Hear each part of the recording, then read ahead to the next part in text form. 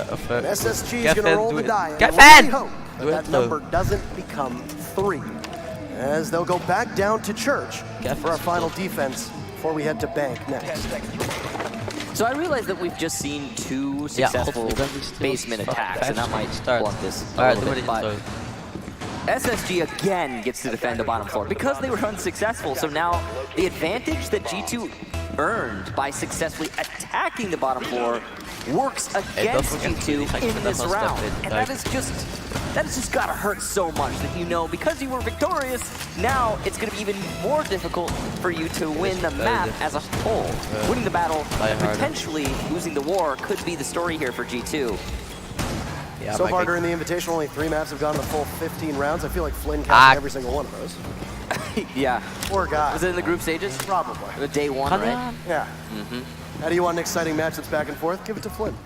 Day 2 on Stream B was as well. Pretty long. Kept us safe. Long days, but exciting matchups so far. And that's exactly the correlation is pretty strong there. And unless this is, now there's some ambiguity with that stab. Is this the 4th map or is this the 3rd map? Oh yeah, that's true. That's a good question.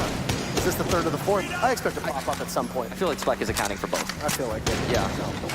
Anywho, G2 has taken a minute so far, and the Blitz gets pulled out. Our first shield operator between these 2 teams. It takes 14 rounds to get there, and in the 15th round, well, Pengu, who jokingly called himself a shield name for this team, will go off of a hard breacher, foregoing the Abana. I mean, he's the player who brings a shield when no one else wants to bring the shield, so he kind of is.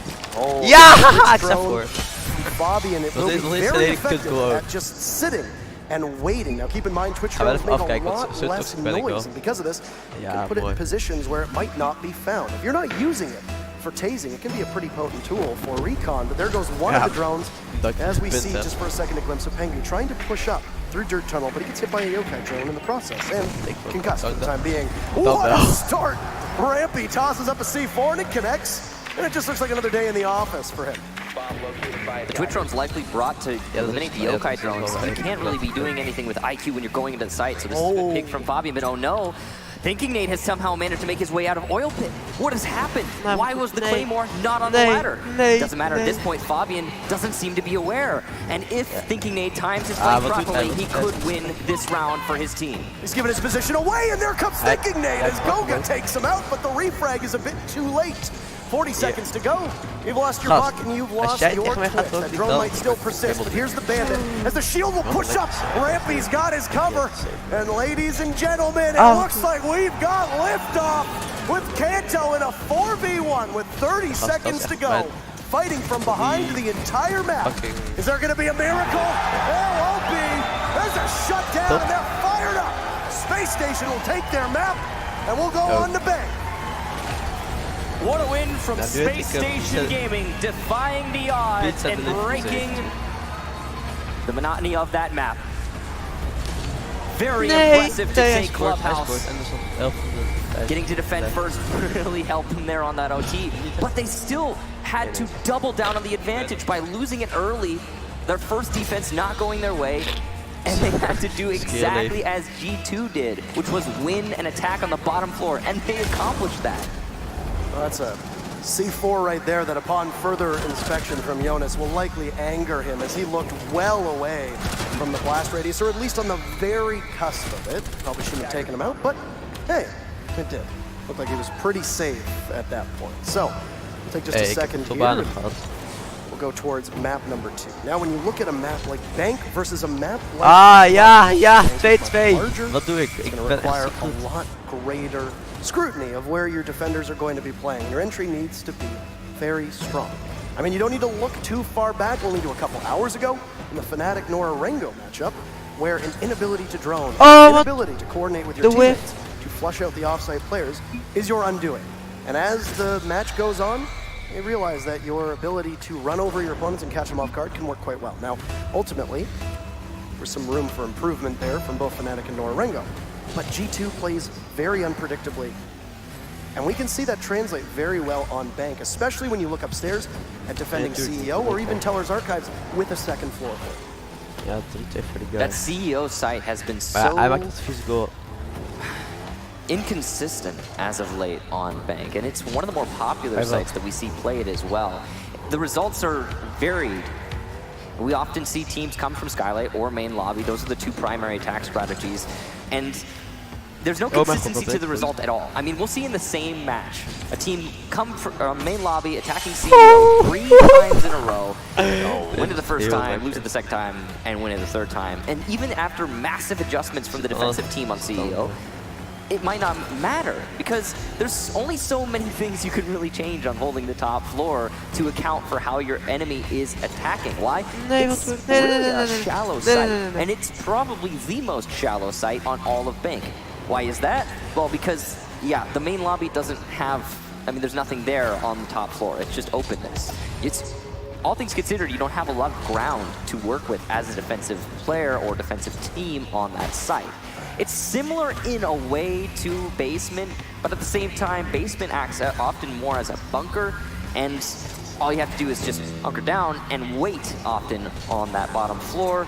You're a lot less exposed, so it can be easier to just run a full anchor strat, bring out the utility, try to play smart.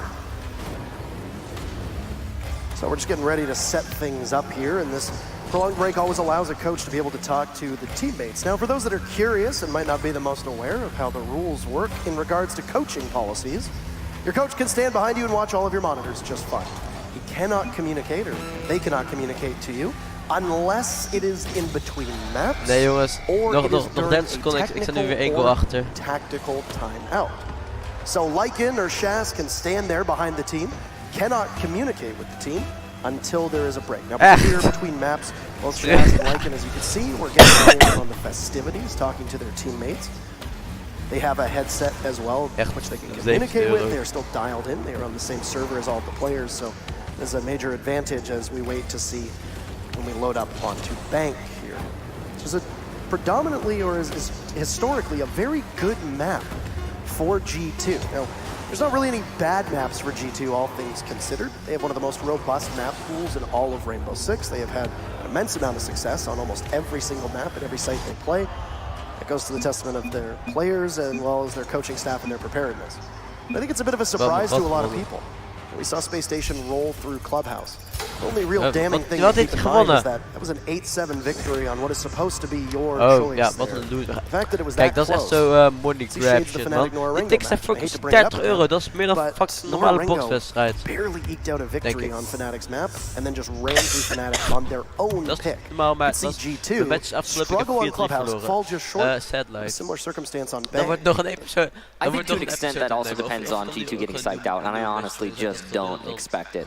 I think about being a G2 player and listening to Shaz in the break talking to me about all the mistakes I made in the previous match, and I mean, he's, you know, honestly listening to Shaz talk is very relaxing. I'm sure they're extremely focused right now. It's just because of his accent. You know, it might be the accent.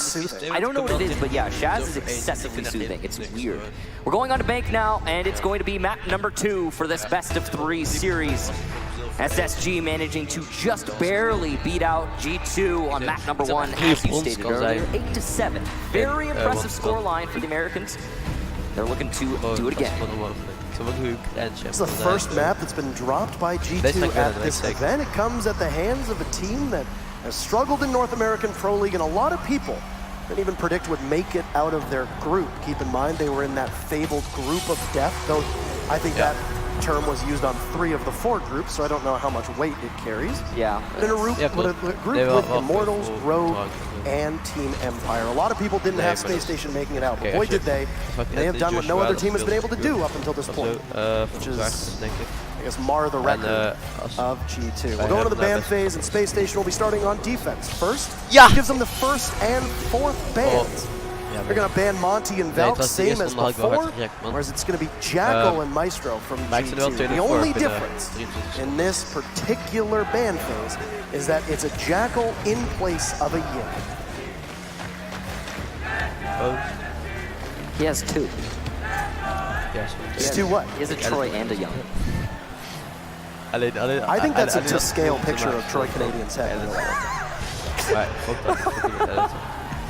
He's somewhere in this venue right now, and he hates me no matter where he is. So, map number 2, and we're starting to load in here. Bottom floor from SSG to start. Not surprising though. This plays out somewhat like Clubhouse, the map we just witnessed. Not identical, of course, but it's similar. You're gonna get the basement, usually, for most teams, first things first. Then, you got two other sites that are viable, or at least widely played. CEO and Tellers. Open area is technically also viable, but just not often played. Now, the utility lineup on SSG is also of interest. They have not brought an Echo. They've instead decided to bring a Mira, Mute with a C4, Pulse with a C4, and gas canister from this. Guys, so they've got plenty of counterplant utility. And while Echo is very useful here, no problem, I'm no, sure no Space Station are expecting mate, G2 how to bring made something am I? over it directly. How made G2 am I? actually tried to, it looked like they tried to do that in the last round of the previous map by bringing a Twitch to shoot the Echo drones before pushing into the site, which is actually a pretty smart play, all things considered. It didn't work out for G2, but it's a smart play. So Space Station might have caught wind of that and decided, hey, you know what, we don't need Echo, we don't need Yokais, we can make it work with something else. And hence the operator lineup we have ourselves sitting on right now. Got a game of cat and mouse very early on, 30 seconds in. I'm thinking they're creeping on up. He's going to have two sites trained on him as both the Zofia and the Ash are just sitting and waiting to try and catch the Mute. What's Rampy not using an ACOG upstairs on that CEO side of things over by Banana? Possibly taking an engagement on the bank window. That's very dangerous what he's doing. He won't fall back. Almost okay, like that is not a smart play, but there you go. So goes Rampy and so goes Chala as well. I did not see where Chala died, but as the Mira, it's kind of puzzling that he's the first one down. It looks like looks like it actually might have been downstairs. Could have been through a hatch, just wasn't paying attention. Maybe, yeah. Keep in mind, we usually see one of the hard creatures get banned here on bank due to preference on the both Jackal and Monty bans. You have all three hard creatures available. This is going to make this site in particular very difficult to defend, or at least more difficult than usual. So, you've got all three of them being used by G2, and not really much of a surprise there. Sloppy play from Kanto as they just lose a drone for no real reason. It is sloppy. I mean, he clearly wanted to clear out nothing, but yeah. Well, there was a barbed wire, but I mean, I don't think there was actually. No residue there of barbed wire, unless it glitched out. But so yeah, weird. But I mean, using a breaching round to take out your own drone, it really is an interesting play. I mean, we all make mistakes, Parker. It happens. Get these nuts. But yeah, exothermic charge on the server wall. A Mute jammer to stop it. This could be just a few more seconds delayed here. You'll also get that eventually. And look at this. There you go. The only person that is even remotely close to the A bomb site is Redeemer inside of gold. The rest of the site is completely vacant. Thinking Nate is playing in the hallway. Rampy's in garage, and Bosco is all the way in B. But Gogo will have to fall off the plant as Bosco will toss a toxic canister, and Redeemer will just sit and wait so patiently. Bosco can thread the needle yet again and get the toxic canister down. Fabian is upstairs along with Pengu. So three members of G2 just waiting. There's Goga. He sprints right in, takes out Thinking Nate. This could get very hairy very quickly. Bosco eliminates one as a body falls, and you're going to get Redeemer to try and grab another C4 tosses out, but the ejected Miro was the other way. Two down bodies. Bosco collecting tickets. He gets Goga and Kanto Raketti as Jonas goes as well. Plant down, but Pengu's upstairs, and there's three members of Space Station that can begin to swarm him. The diffuser is not in a position where Pengu can cover it through the hatch, so he's going to have to move at some point.